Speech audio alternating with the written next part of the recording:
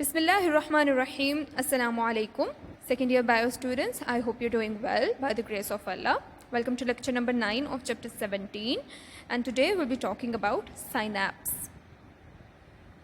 So we had a brief mention of synapse in our previous lecture as well, when we talked about the passage of nerve impulse, and we said that a nerve impulse continuously passes through a neuron until it reaches a synapse. एक synapse तक जब ये पहुंचती है वहाँ तक continuous उसकी movement जो स्पीडी मूवमेंट है वो होती रहती है। और हमने कहा था साइनैप्स वो रीजन है जहाँ पे दो न्यूरॉन्स जो है वो एक दूसरे के साथ ज्वाइन हो रहे होते हैं। So we define synapse as the connection between two consecutive neurons, यानी इस पॉइंट पर दो न्यूरॉन्स एक दूसरे के साथ अटैच्ड होते हैं। यू कैन सी राइट है we have two neurons, first one is this and this one is the second one.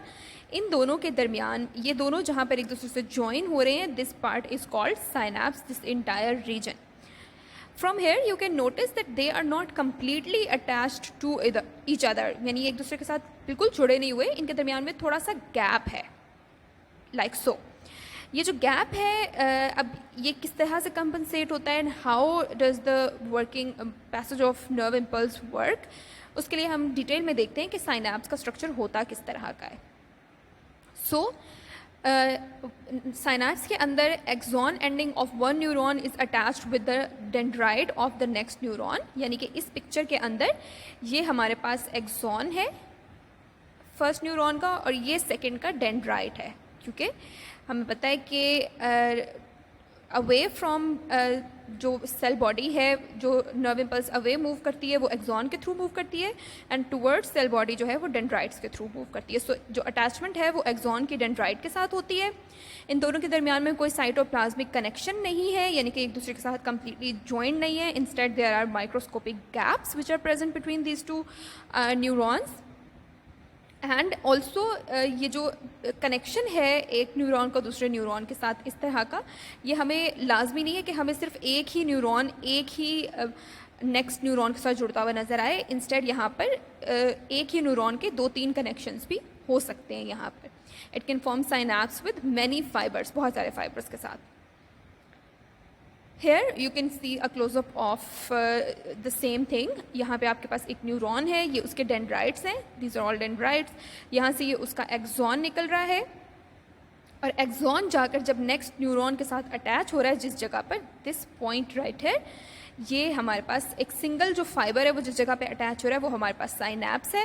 And you can सी कि यहाँ पर जो एक्सॉन है it is divided into 3 fibres, तो ये तीनों फाइबर्स अलग अलग साइनैप्स नेक्स्ट न्यूरॉन के साथ बना रहे हैं।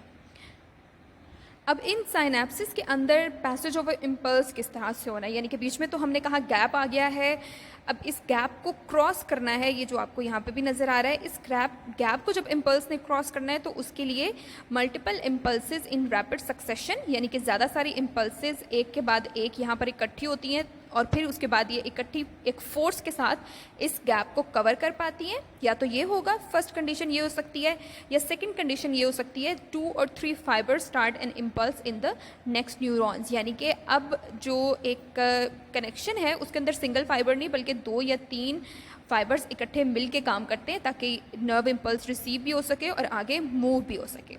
सो पैसेज ऑफ इम्पल्स किस तरह से दो तरीक़ों से होता है, या तो मल्टीपल इम्पल्सेस जनरेट हो जाती हैं और वो रैपिड सक्सेशन यानी एक के बाद एक जब इस जगह पे पहुंचती हैं तो they are able to cross this gap, या फिर 2-3 फाइबर्स जो हैं नेक्स्ट रीजन में इकट्ठे होते हैं ताकि वो सारे जो भी सिग्नल्स पहुंच रहे हैं इवन जितने भी माइन्यूट हैं उन सबको इकट्ठे मिलकर रिसीव करें और फिर आगे इस न्यूरॉन के अंदर उसको पास ऑन कर दें।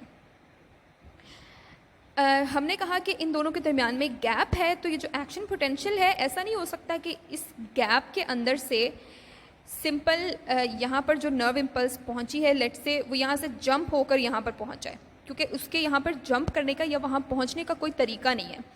इसने जब इस रीजन को क्रॉस करना है, इस जगह से मूव होना है, उसके लिए यहाँ पर कुछ स्पेशल मैसेंजर्स होते हैं, यानी कि इम्पल्स जो है वो यहाँ तक पहुँच गई, उसके बाद इम्पल्स ने अपना मैसेज फॉरवर्ड कर दिया कुछ मैसेंजर्स को, कुछ केमिकल मैसेंजर्स होते हैं जो इस एरिया में रिलीज़ होते हैं। इस एरिया में वो केमिकल मैसेंजर्स इस इम्पल्स के मैसेज को पकड़ते हैं और उसको उठाकर नेक्स्ट न्यूरॉन के पास पहुंचा देते हैं। ये जो केमिकल मैसेंजर्स हैं, these are called neurotransmitters. We define them as the chemical messengers which are released at the axon ending of a neuron. And obvious बात है कि एक्सॉन एंडिंग से जो केमिकल्स रिलीज हो रहे हैं उन्होंने मैसेज कहाँ पर लेकर जाना है, dendrite ending of the next neuron तक। सो न्यूरोट्रांसमीटर्स आर द केमिकल्स जो इस गैप के दरमियान में रिलीज होते हैं, जो आपको यहाँ पर स्मॉल पार्टिकल्स की फॉर्म में नज़र भी आ रहे हैं इस डायग्राम के अंदर।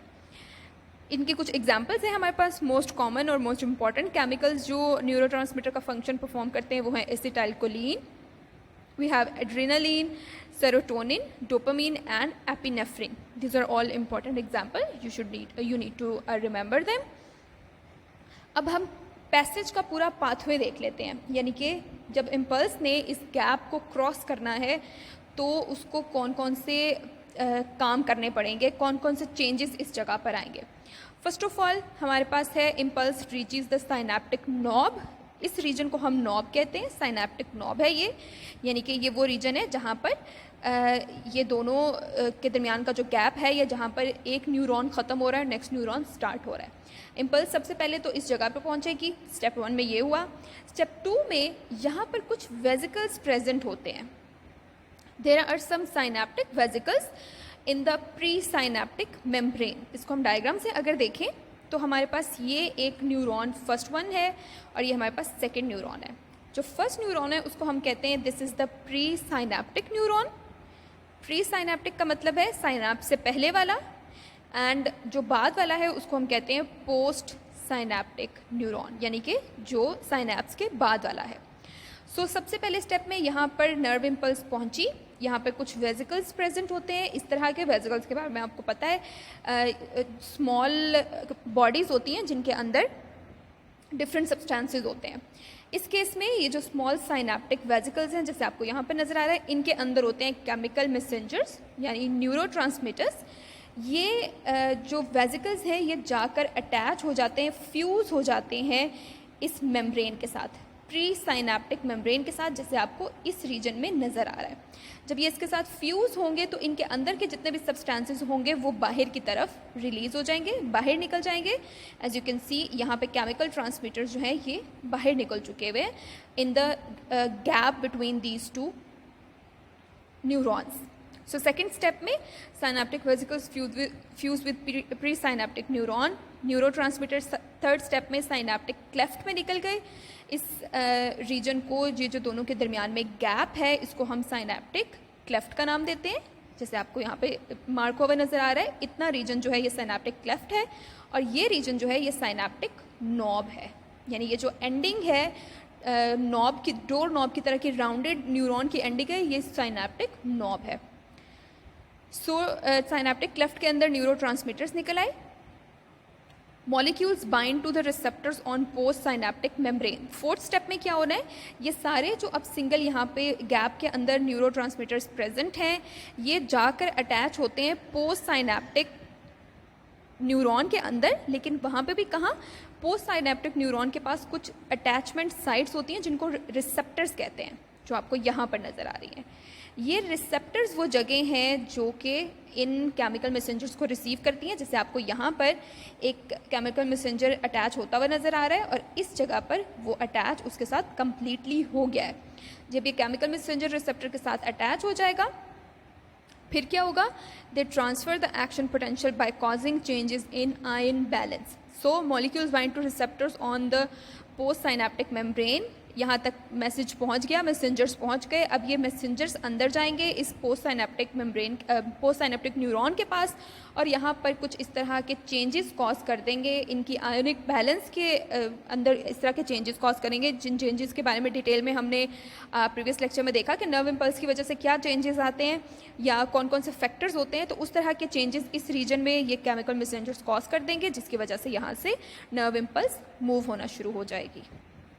This same action you can see in closeup right here. यहाँ पे साइनेप्टिक वेजिकल्स हैं, वो जाकर फ्यूज़ हो गए प्री साइनेप्टिक मेम्ब्रेन के साथ, फ्यूज़ होने के बाद ये ओपन हो गए, सारे न्यूरोट्रांसमीटर्स बाहर आ गए आपके पास, और फिर ये जो ट्रांसमीटर्स हैं ये जाकर रिसेप्टर्स के साथ अटैच हो जाएंगे जो कि पोस्ट साइनेप्टिक मेम्ब्रेन के ऊपर प्रेजेंट होते हैं। सो इस तरह से साइनैप्स काम करता है। एट द एंड आपको एक इम्पॉर्टेंट एग्जांपल के बारे में हाईलाइट कर दिया गया है कि जो हमारी बॉडी के अंदर ऐसे इम्पल्सेस हैं जो सेंट्रल नर्वस सिस्टम के बाहर ट्रांसफ़र हो रहे होते हैं, यानी जितनी भी transmission of impulses outside the CNS occurs, that happens because of acetyl choline. हमने कहा कि डिफरेंट एग्जांपल्स हैं, उसमें से एसिटाइल कोलिन वो ट्रांसमीटर है जो CNS के बाहर साइनेप्सिस को कंट्रोल करता है या बाहर मैसेंजर का काम करता है, और इसके अलावा जितने थे वो सारे वो रिसेप्टर्स हैं, वो ट्रांसमीटर्स हैं जो CNS के अंदर काम करते हैं।